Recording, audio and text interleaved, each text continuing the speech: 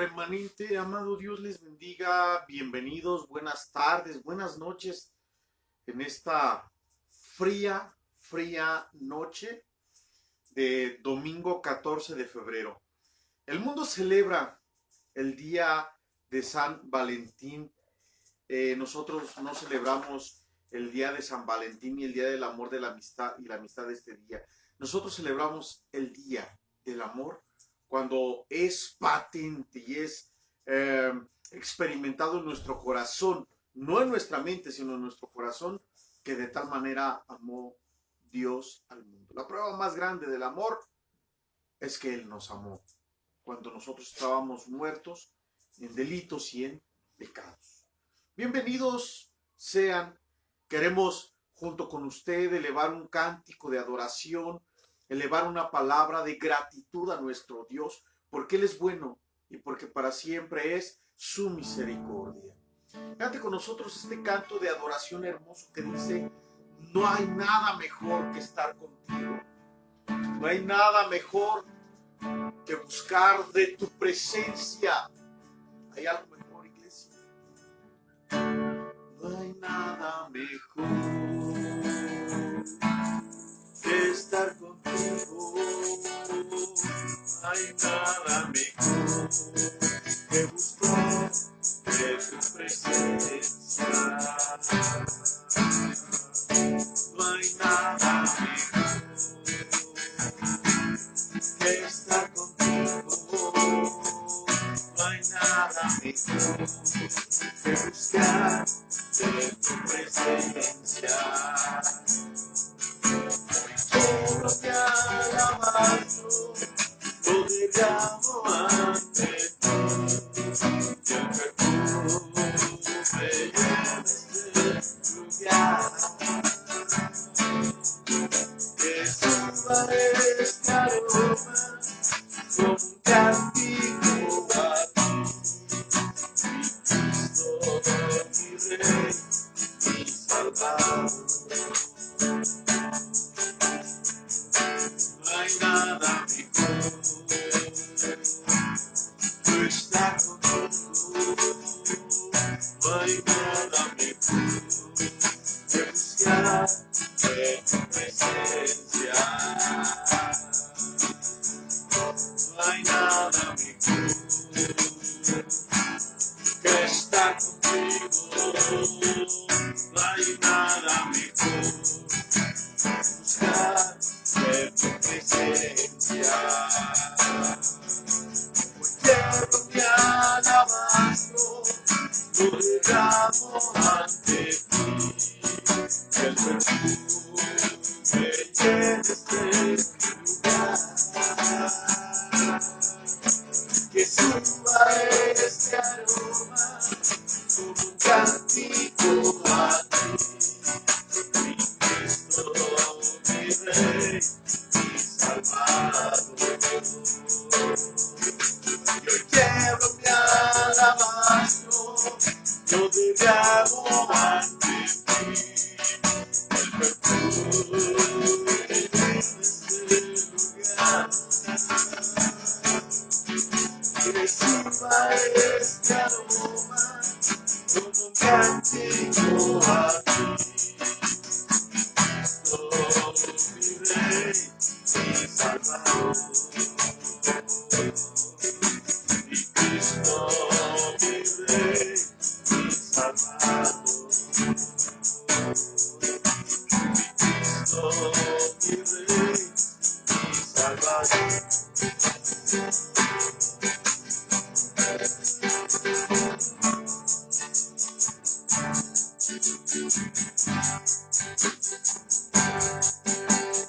Hoy queremos darte gracias. Hoy queremos darte gracias por tu amor y por tu misericordia. Hoy queremos darte gracias por tu perdón y por tus cuidados. Hoy queremos darte gracias porque tus caminos no son nuestros caminos, tus pensamientos no son como nuestros pensamientos. Como son más altos, dice tu palabra, los cielos que la tierra. Así tu pensamiento es más alto que el nuestro. Tú no necesitas de nuestro consejo. Tú no necesitas de nuestra tutoría. Tú eres soberano, Señor, y hoy te damos la gloria. Hoy agachamos la cabeza y derramamos el alabastro delante de ti, Señor, a tus pies, Señor, para entregarte adoración. A tus pies lo quebramos, Señor, para entregarte nuestra vida. Adoramos hoy tu nombre, Señor. Bendecimos hoy la grandeza de tu nombre. Tú eres grande. Tú eres grande y puedes hacer todo posible. Aún en medio de las necesidades, Señor, tú eres Dios grande. En medio de las inquietudes que en nuestro corazón hay, tú eres Dios grande. En medio de la crisis y la enfermedad, tú eres Dios grande. Te damos adoración, Señor. En medio del desempleo, tú eres Dios grande. En medio, Señor, de la debilidad, de la flaqueza, de lo endeble de nuestro carácter, tú eres Dios grande. Hoy adoramos tu nombre y queremos venir hasta donde tú estás, Señor.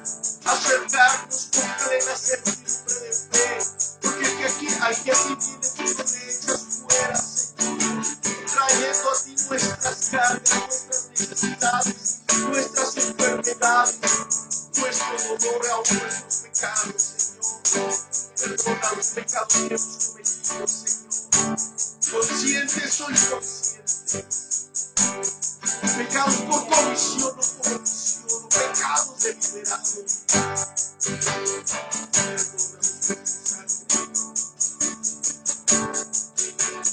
Aquellos que están enfermos en sus casas, Señor.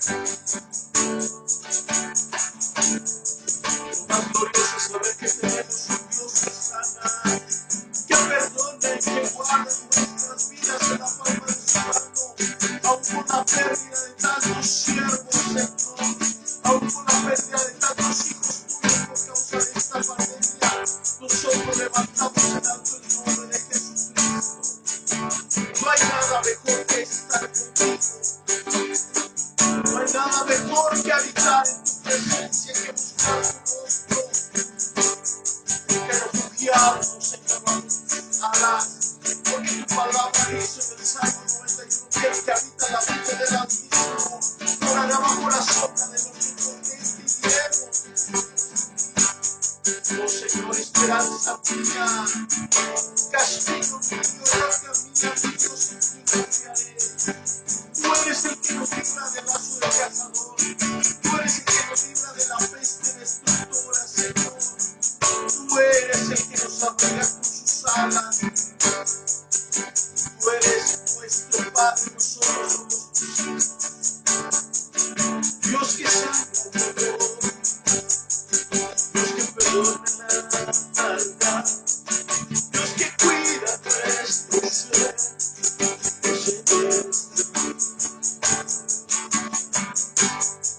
Dios que habla en verdad,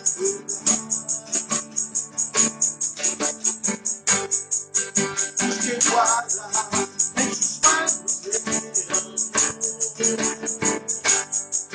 Dios que oye nuestro clamor.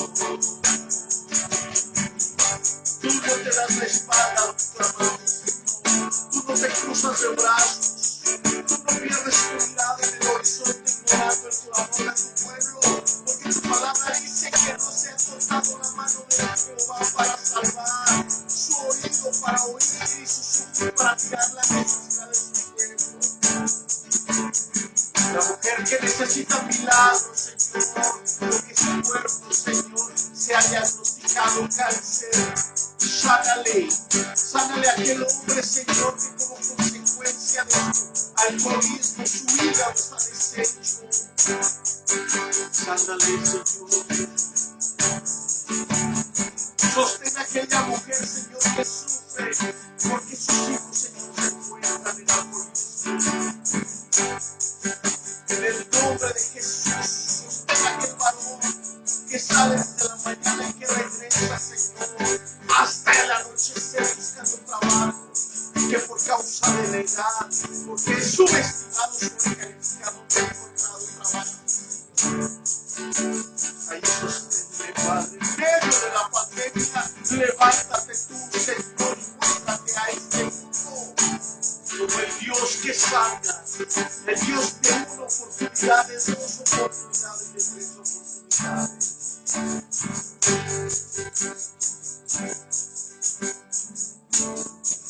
Pero sobre todo, queremos oír tu voz, Señor.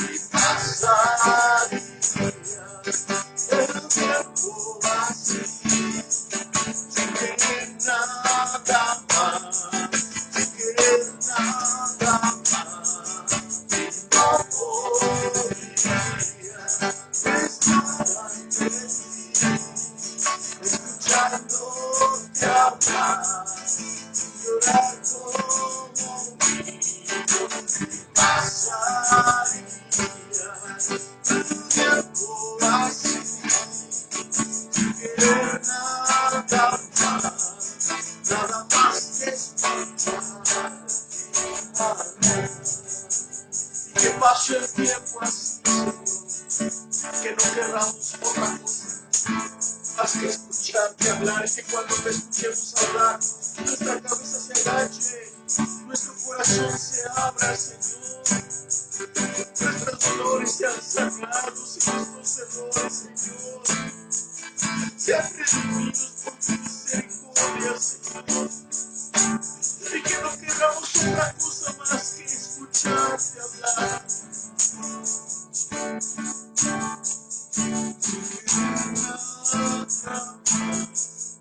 Nada más que escucharte hablar.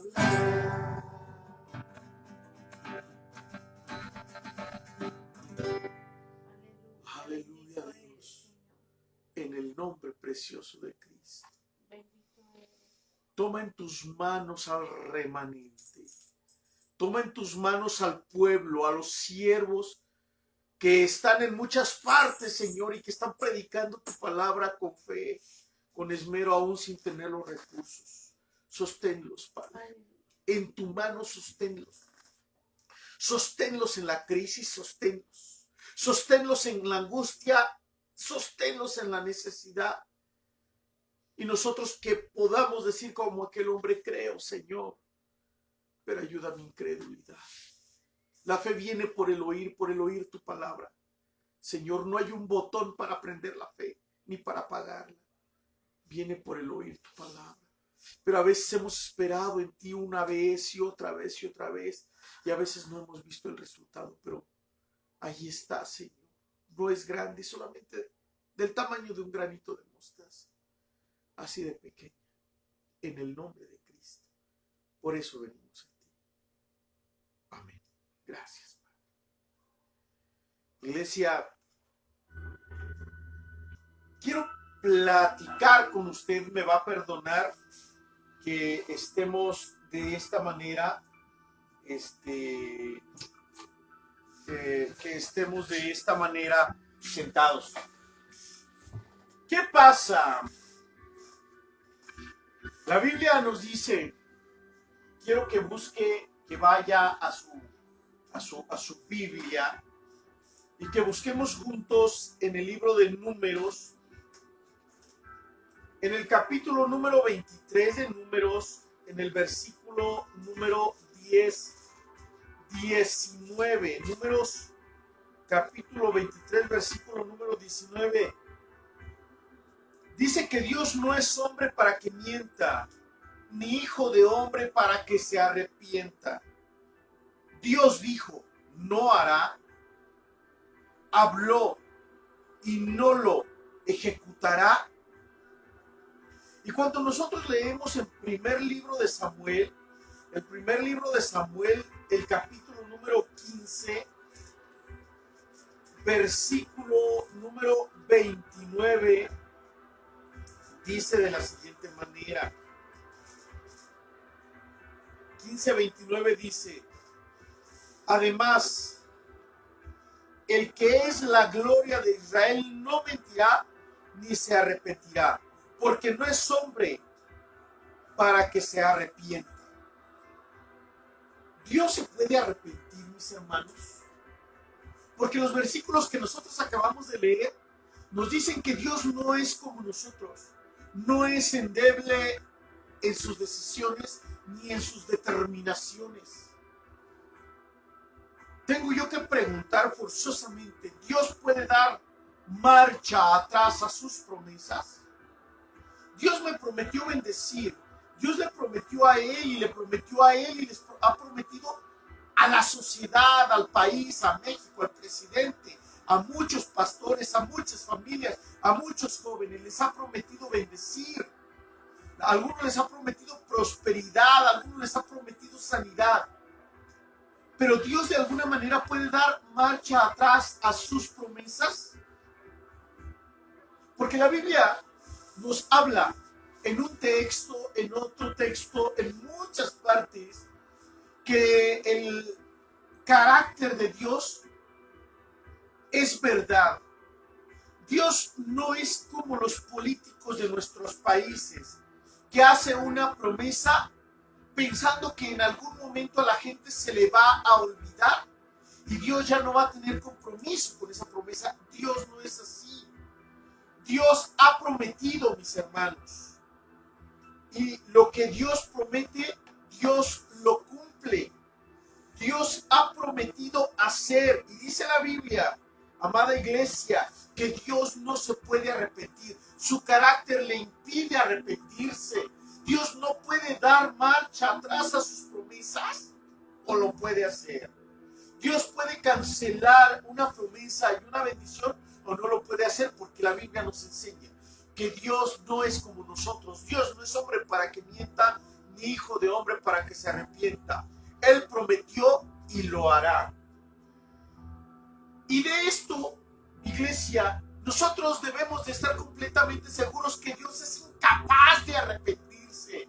Dios no puede arrepentirse. Sin embargo, cuando nosotros leemos la Biblia, en algunas partes, por ejemplo, en Génesis capítulo número 6, versículo 6, dice la Biblia que Dios se arrepintió de haber creado al ser humano, porque el pensamiento de las personas iba de continuo al mal.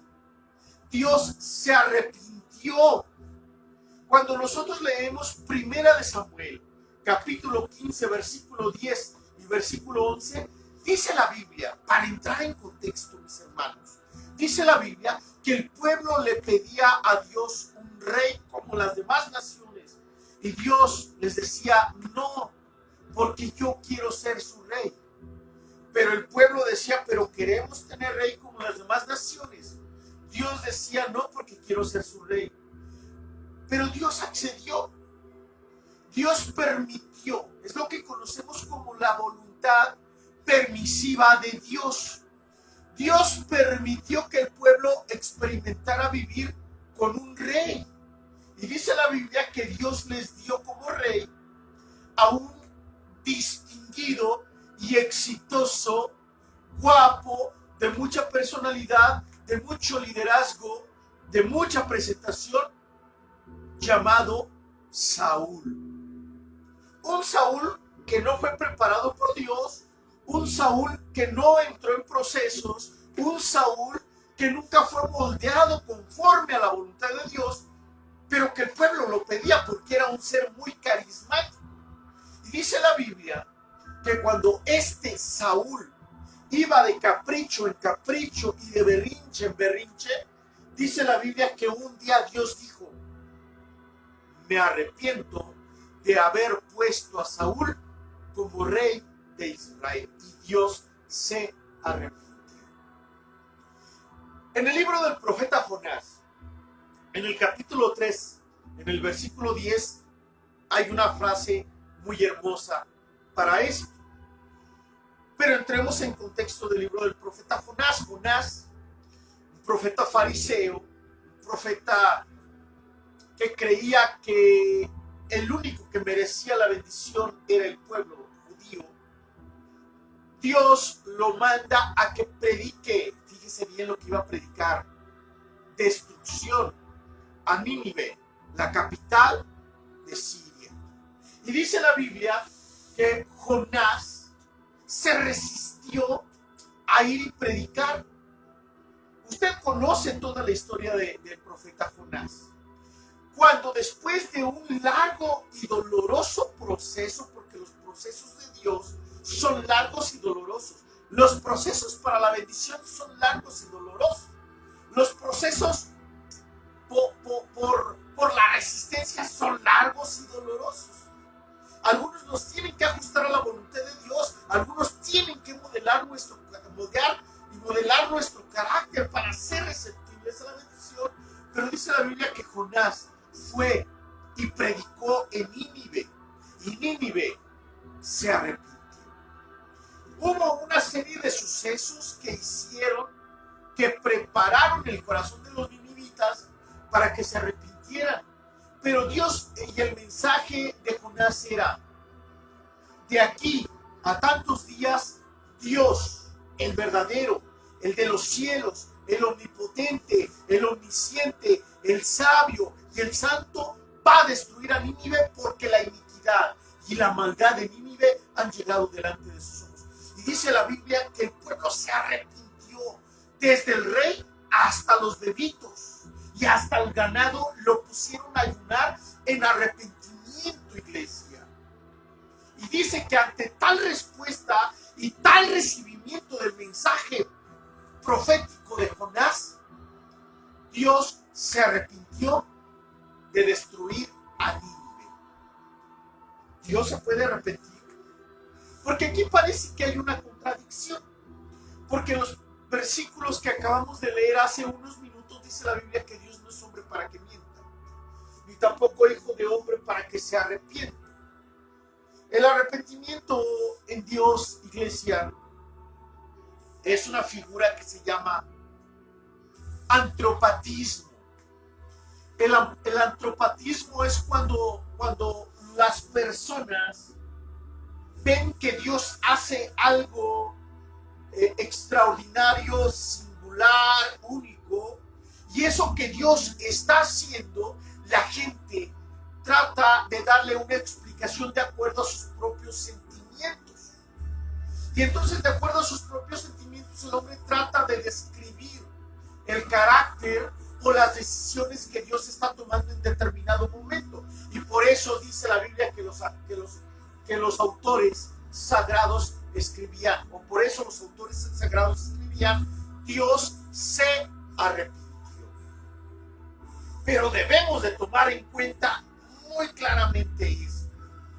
Dios se arrepiente, sí o no. Porque Dios no es hombre para que mienta, y Dios tampoco es hijo de hombre para que se arrepienta. Primero, iglesia, en Génesis 6:6 Dios se arrepintió de haber creado al hijo del hombre, al hombre. Y también Dios se arrepiente de haber puesto a un fulano feo como Saúl como rey de Israel. Y Dios también se arrepiente de destruir a Nínive. En el número 2 tenemos nosotros que ver qué significa la palabra arrepentimiento, porque debemos de tener en claro todo este asunto. Es necesario que comprendamos, amada iglesia, amigos, hermanos en Cristo, es necesario que comprendamos que el arrepentimiento del hombre y el arrepentimiento de Dios son cosas diferentes, son cosas distintas. El hombre es endeble en sus emociones. El hombre tiene emociones con altibajos. Por muy estable que sea emocionalmente una persona, la persona tiene emociones con altibajos muy marcados. Un día una persona amanece de buenas, otro día amanece de malas. Un día una persona quiere a todo el mundo, al otro día nos odia a todo el mundo. Porque así somos los seres humanos. Pero Dios no es así. Dios es permanente, es estable. Es más, Dios no tiene emociones. La naturaleza de Dios es amar. La naturaleza de Dios es bendecir. Dios no bendice de acuerdo a cómo amaneció en su carácter el día de hoy. Dios no manda una pandemia de acuerdo a si amaneció de malas Dios hoy o si amaneció de buenas Dios el día de hoy. Dios no manda pandemias y Dios no manda situaciones difíciles dependiendo de su carácter, porque el carácter de Dios es estable. Dice la Biblia que Dios es el mismo, Jesucristo es el mismo de ayer, de hoy y por los siglos. Pero en el arrepentimiento del hombre y en el arrepentimiento de Dios solamente hay una cosa en común, iglesia, y que es fundamental. Y es que en el caso del hombre y en el caso de Dios, cuando se nos habla de arrepentimiento, es un cambio de disposición. Yo quería ir a embriagarme, pero me arrepentí de ir. Hubo un cambio en mi disposición. Yo iba a ir a vengarme de lo que me hizo mi enemigo, pero me arrepentí, mejor no fui. Hay un cambio en mi disposición. Yo iba a ponerle una demanda al patrón que tuve porque me acosaba laboralmente y me llevó a una situación límite de estrés. Y le iba a poner una denuncia en la instancia correspondiente, pero me arrepentí de hacerlo. Hay un cambio de disposición. Y en Dios hay un cambio de disposición. En el hombre, iglesia, el arrepentimiento es un cambio de disposición hacia Dios. Ese cambio es ocasionado por una vuelta en sí mismo. Iba a ir para allá a hacer lo malo y de pronto Dios me dice detente, me doy la vuelta y mejor camino hacia acá. El juicio doloroso que Dios pronuncia sobre el pecado llega a la vida de una persona si no hay una disposición y la gente no voltea hacia Dios. ¿Usted cree que la pandemia ha ablandado los corazones o los ha endurecido respecto a la relación que la sociedad puede tener, no con la religión, sino con el Dios de los cielos? Porque mucha gente, la gente está más sensible, pero en muchas personas la gente está más endurecida y acusa a Dios. Y qué importante, qué maravilloso sería que nosotros viéramos multitudes caminando rumbo a la iniquidad y a la autodestrucción de la sociedad y ante la pandemia se detuvieran y voltearan hacia Dios. Dice la Biblia que sin arrepentimiento no hay perdón de pecados. Sin arrepentimiento no hay perdón de pecados. Las iglesias de la posmodernidad están llenas de gente que no se ha arrepentido de sus pecados, que sintieron bonito en el retiro espiritual, que sintieron bonito en el encuentro, que hicieron catarsis, que lloraron, que les tocaron algunas fibras y algunas partes muy sensibles de su alma, pero no se arrepintieron de sus pecados. Si la sociedad en medio de esta pandemia y que vamos caminando en el humanismo desvergonzado y los predicadores progres que están a favor del aborto, a favor del feminismo, a favor de las ideologías trans, si se arrepintieran de todo esto y voltearan hacia la voluntad de Dios, créamelo, iglesia, que el principio bíblico de segunda de Crónicas 7:14 no ha cambiado. Si mi pueblo, sobre el cual mi nombre es, invocare, si ese pueblo que invoca mi nombre se humilla, ora, busca mi rostro y se arrepiente de sus malos caminos, yo sanaré su tierra y perdonaré su pecado. Pero tiene que haber ese arrepentimiento por parte del hombre. El hombre tiene que cambiar de disposición. El hombre tiene que arrepentirse para que Dios le perdone. La persona que se congratula a sí misma por sus logros.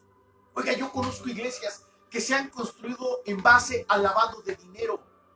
Yo conozco pastores y ministerios que se construyen y que se sostienen por lavado de dinero y por el narcotráfico.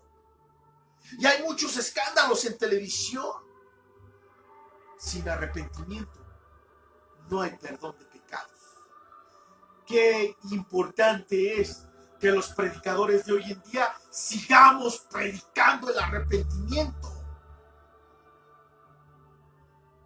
Porque tenemos que cambiar de nuestra disposición a la carne, de nuestra disposición al autoplacer, de nuestra disposición a nuestra autojustificación, a donde está Dios. Voltear nuestra mirada a Dios. Pero en cambio, iglesia, amados, amigos, en Dios, el arrepentimiento del que la Biblia nos habla es un cambio de disposición a consecuencia de un contrato entre Dios y el hombre. La Biblia nos dice, nos habla de pactos a través de la historia bíblica. Dios hace un pacto con Abraham, Dios hace un pacto con David, Dios hace un pacto con algunos otros personajes de la Biblia, pero en la cruz del Calvario se hizo un nuevo pacto. Y Jesús dijo, he aquí, levanta la copa en la noche de la última cena y dice, he aquí, este es el nuevo pacto en mi sangre. La sangre que por el pueblo, por los redimidos, por la humanidad se iba a derramar. En la sangre de Cristo hay un contrato, iglesia, que se ha firmado entre Dios, el eterno, el omnipotente y el santo, y nosotros que somos endebles, que somos pecadores, que somos de corazón miserable, que somos de corazón duro, renuente, que nos resistimos incluso a las bendiciones. Condicionamos a Dios para que nos bendiga. Condicionamos a Dios para que nos favorezca. Condicionamos a Dios para que nos dé de su gracia. Queremos que las cosas se hagan como nosotros estamos esperando, buscando y anhelando, y no como es la voluntad de Dios. Y cuando sucede esto, iglesia, el pacto que se firmó en la cruz del Calvario con la sangre de Cristo caduca, porque nosotros dejamos de creer en Él. Porque nosotros dejamos de confiar en Él. ¿Qué es un pacto? El contrato en el pacto sellado con la sangre de Cristo.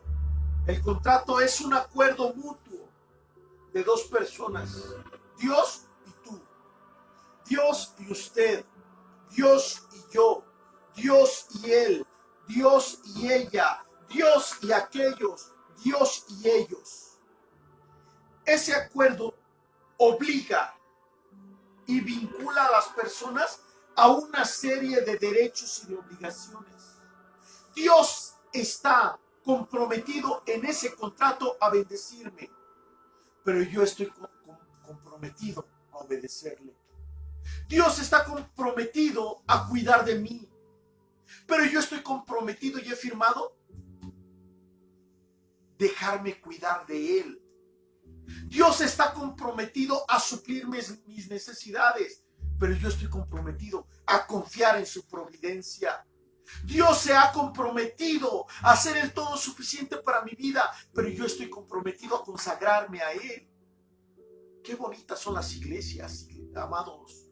Las iglesias en donde le dicen a Dios, dame, dame, dame, dame, sin que yo le dé nada a cambio. Y le dicen a usted, desate las bendiciones que Dios tiene para usted. No tiene que desatarlas. Están en el contrato. Dios ha prometido, si permanecen en mí, mi palabra permanece en ustedes. Y si permanecen en mi amor, y si permanecen, entonces pidan todo lo que quieran y será hecho.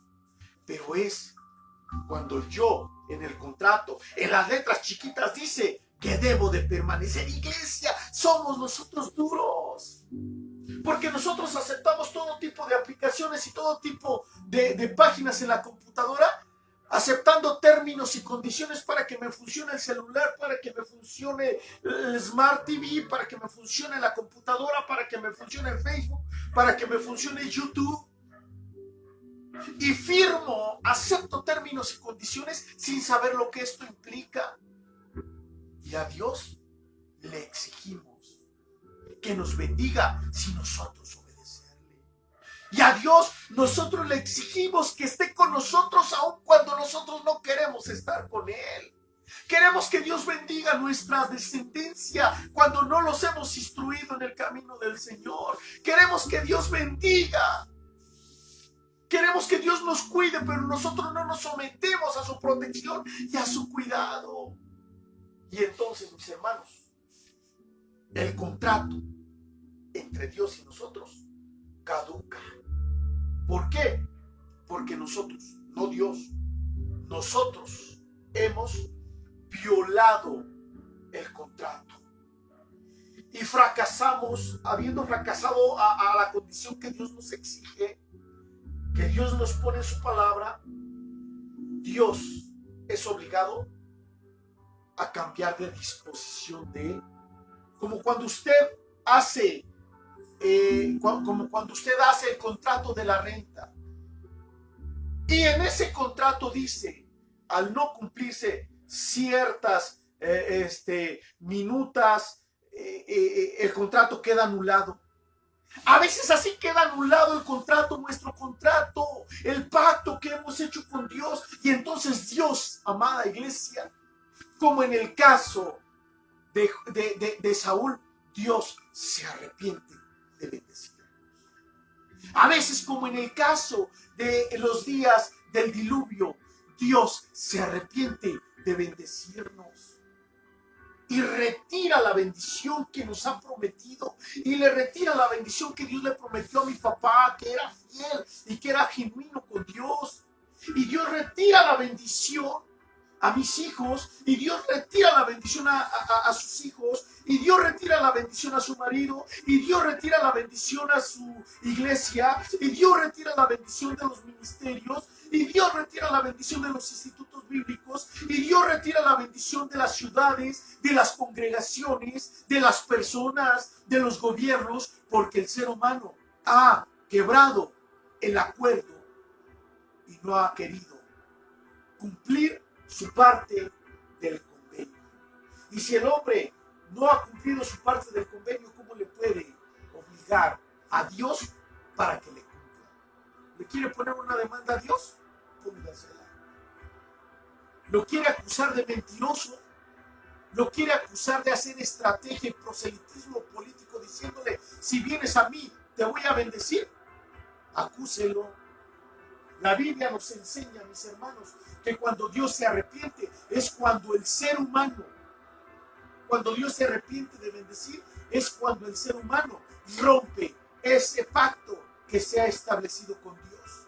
Y cuando Dios se arrepiente y deja de castigar, es cuando el ser humano cambia de disposición de hacer su voluntad a hacer la voluntad de Dios. Dios se arrepiente, pero este arrepentimiento no transmuta sus consejos. Tampoco transmuta su naturaleza, porque Dios no es hombre para que mienta, ni hijo de hombre para que se arrepienta. Y eso, mis hermanos, nos enseña la verdad bíblica. ¿Cuál verdad? La verdad bíblica, escuche bien. Las promesas de Dios están condicionadas ¿a qué? A que seamos obedientes. Si usted y yo somos obedientes, Dios habrá de cumplir promesas. Entonces, ¿cuándo Dios se arrepiente de bendecir a una persona? La Biblia, mis amados hermanos, nos dice que Elí era llamado de Dios, llamado por Dios para ser sacerdote y para ser líder durante 40 años. Elí tenía la autoridad para detener la falta de respeto espiritual, el pecado y la iniquidad que había en sus hijos, los que eran sacerdotes. Y Elí prefirió no hacerlo, prefirió la permisividad espiritual que perder el cariño de sus hijos. Yo no sé usted cómo lo vea, iglesia, pero yo prefiero, y se lo decía a mis hijos, y aún ya grandes, prefiero darte un cintarazo yo, o un jalón de pelos yo, a que Dios te lo dé, o a que la Biblia te lo enseñe a base de chicotazos. Porque yo te amo y te enseñaré, y apréndelo desde ahorita, y no que lo tengas que aprender a lo largo de un proceso de 8 o de 10 dolorosos años. Ay, Elí era débil moralmente, era permisivo, era indiferente al pecado de sus hijos. Ay de aquellos que predicamos el evangelio y que no detienen la iniquidad, el pecado o el mal pensamiento en aquellos que han aceptado ser parte de sus educandos espirituales. Y cuando Elí no detuvo la iniquidad ni el estilo de vida reprobado en sus hijos, dice que esto fue un motivo de enojo delante de los ojos. Dios se enojó con Elí. A Elí Dios lo usaba, iglesia. Pero a pesar de que Dios lo usaba, Dios estaba enojado con él. Y qué terrible es, porque a veces nosotros creemos que cuando Dios nos usa o cuando Dios usa a una persona es porque Dios está contento con él. No es así, iglesia. A veces creemos que cuando una persona es usada por Dios es porque esa vida es agradable ante los ojos de Dios, pero el fruto, mis hermanos, no es sinónimo de dones. Dios usa a una persona por sus dones. Dios usa a una persona y la unge para ser usada, pero el carácter y el fruto de su vida son cosas diferentes. La unción no es lo mismo que el fruto. La unción no es lo mismo que el carácter. Los dones no es lo mismo que el fruto. Los dones no es lo mismo que el carácter. No siempre que Dios usa a una persona es porque esta persona esté siendo aprobada por Dios. Balaam, mis hermanos, fue el profeta que contrató Balac para maldecir al pueblo de Dios. Pero Dios le impidió maldecir. Y cada vez que Balaam iba para con su palabra profética maldecir al pueblo, terminaba bendiciéndolo. Hay de aquellos profetas que maldicen. Hay de aquellos profetas. Porque así como la palabra profética puede salir y debe de salir para bendecir, hay de aquellos que en un arranque, justificado o no de coraje, se atrevan a emitir una maldición. Dios usaba a Balaam, pero Dios ya lo había reprobado. Ya había sido reprobado por Dios. Dice la Biblia que Saúl profetizaba, pero Saúl ya había sido reprobado por Dios. Iglesia amada, la Biblia nos enseña que lo primero que debemos nosotros de buscar para que Dios no se arrepienta en bendecirnos no es ser usados por Dios. La Biblia nos enseña y nosotros tenemos que aprenderlo, que lo que nosotros tenemos que buscar antes de ser usados por Dios es ser aprobados por Dios. Porque si yo soy aprobado por Dios, Dios está contento conmigo. Porque si yo soy aprobado por Dios, Dios sí continúa en su compromiso de bendecirme. Porque si yo soy aprobado por Dios, Dios sí continúa en su compromiso de defender mi vida. Porque si yo soy aprobado por Dios, Dios continúa en el compromiso de cuidar de mi ser. Porque si yo soy aprobado por Dios, Dios continúa en el compromiso de que ninguna arma forjada contra mí prosperará, sino que voy a condenar a toda lengua que se levante contra mí en juicio. Porque si yo busco ser aprobado por Dios, Dios va a continuar cuidando de mí. Cuando pases por las aguas, yo estaré contigo. El fuego no te quemará, porque yo, el Santo de Israel, soy tu Salvador. Pero es cuando yo soy aprobado por Dios. ¿Qué podemos hacer para ser aprobados por Dios? Busque a Dios. Permanezca bajo los términos y condiciones del contrato. Porque ¿qué nos ganamos con ser usados por Dios? Si Dios se arrepiente de bendecirnos. Hoy, amada iglesia, yo quiero dejarle esa palabra. Antes de ser usado por Dios, busque usted ser aprobado por Dios. Dios se arrepiente cuando nosotros rompemos nuestra parte del contrato. Entonces, aún cuando continuemos nosotros aparentemente en prosperidad, en bendición, en favor, siendo favorecidos por la gente, y que la gente siga hablando bien de nosotros cuando nosotros rompemos esos términos. Es cuando Dios deja de estar comprometido con nosotros. Hoy, amada iglesia, hoy queremos dejarle esta palabra. Queremos dejarle que su corazón esté cerca de Dios.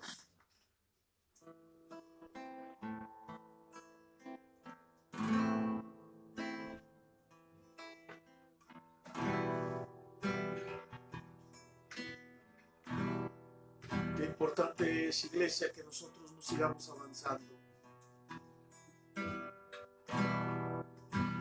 hasta que Dios sature nuestra vida con su Espíritu y diga: ven bien, buen siervo fiel, en lo poco has sido fiel, sobre mucho te pondré. Y que nosotros podamos responder: Señor, somos siervos inútiles porque hicimos lo que debimos haber hecho.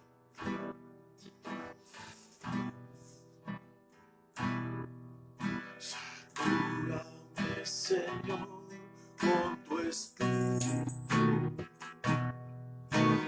Satúrame, Señor, con tu Espíritu. Satúrame, Señor, con tu Espíritu. ¿Quieres cerrar sus ojos y hablar con Dios? Satúrame, Señor, con tu Espíritu. Y déjame sentir el fuego de tu amor. Ate mi corazón, oh Dios. Y déjame sentir el fuego de tu amor. Ate mi corazón,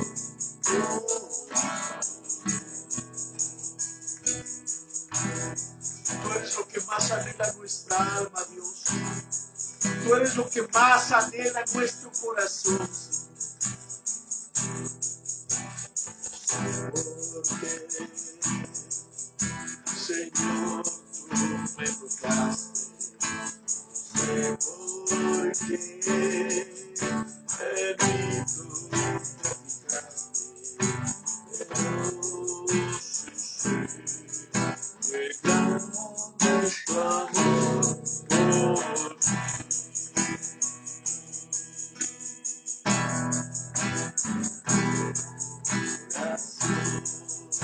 Está agradecido mi corazón, está convencido contigo siempre, pero Señor está,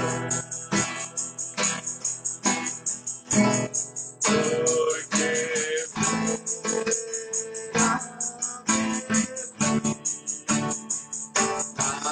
deseo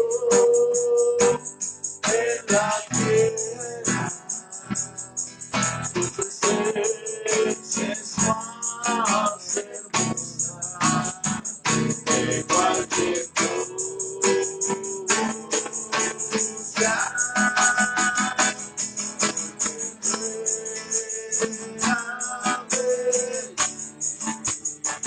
Nada deseo en la tierra, tu presencia es más hermosa que cualquier cosa.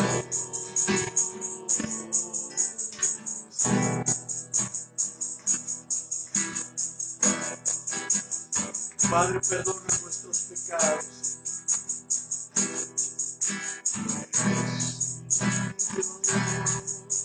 Mi gozo, mi alegría, pues Señor, contigo todo el día, contigo siempre, quiero Señor estar. Porque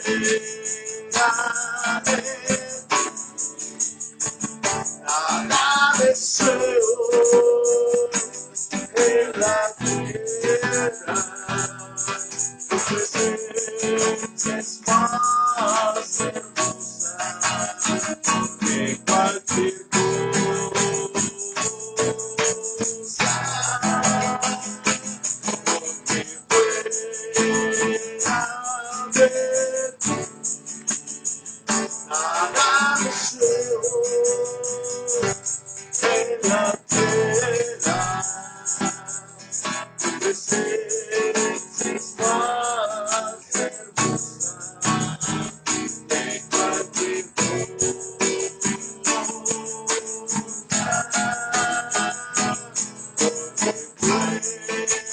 nada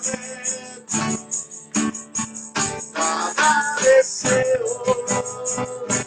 en la tierra. Tu presencia es más hermosa que cualquier